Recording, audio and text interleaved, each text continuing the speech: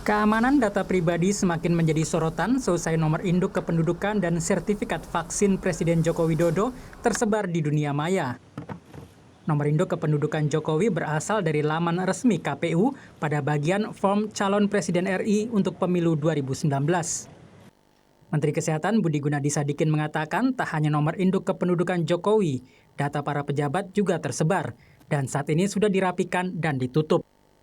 Bukan hanya Bapak Presiden saja, ya, tapi banyak pejabat-pejabat juga yang NIK-nya tuh sudah jadi tersebar informasinya keluar. Ya.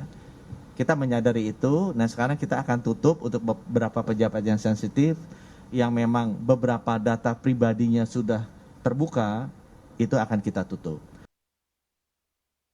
Sebelumnya publik dihebohkan dengan dugaan kebocoran data 1,3 juta pengguna aplikasi Electronic Health Alert Card, EHAC, dan sejumlah kebocoran data lainnya dari instansi pemerintah.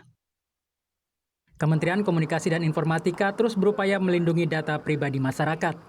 Dirjen Informasi dan Komunikasi Publik Kementerian Kominfo Usman Kansong mengatakan pemerintah dan DPR sepakat untuk merampungkan pembahasan rancangan Undang-Undang Perlindungan Data Pribadi RUU PDP. Dalam rapat kerja dengan DPR Senin kemarin, kita bersepakat DPR dan pemerintah untuk menyelesaikan RUU PDP itu. Kita undangkan menjadi Undang-Undang PDP itu diharapkan tahun ini bisa segera segera rampung lah ya, segera rampung supaya secara regulasi kita punya aturan.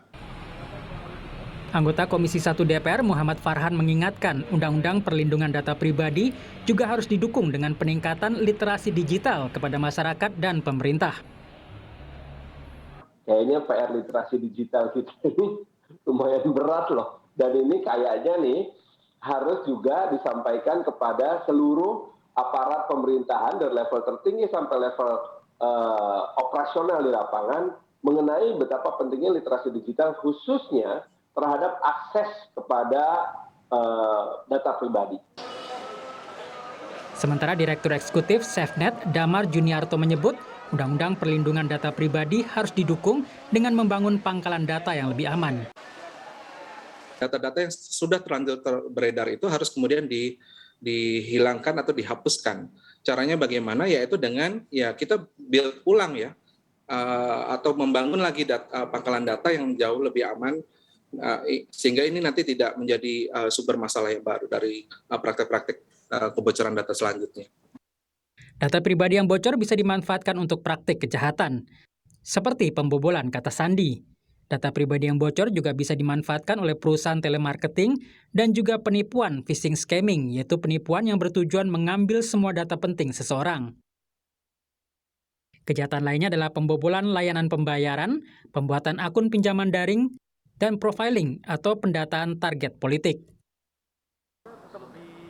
Pemerintah dan DPR harus segera menyelesaikan pembahasan RUU Perlindungan Data Pribadi, sehingga semua data masyarakat aman dan tidak dimanfaatkan untuk kepentingan kelompok tertentu. Tim Liputan Kompas TV.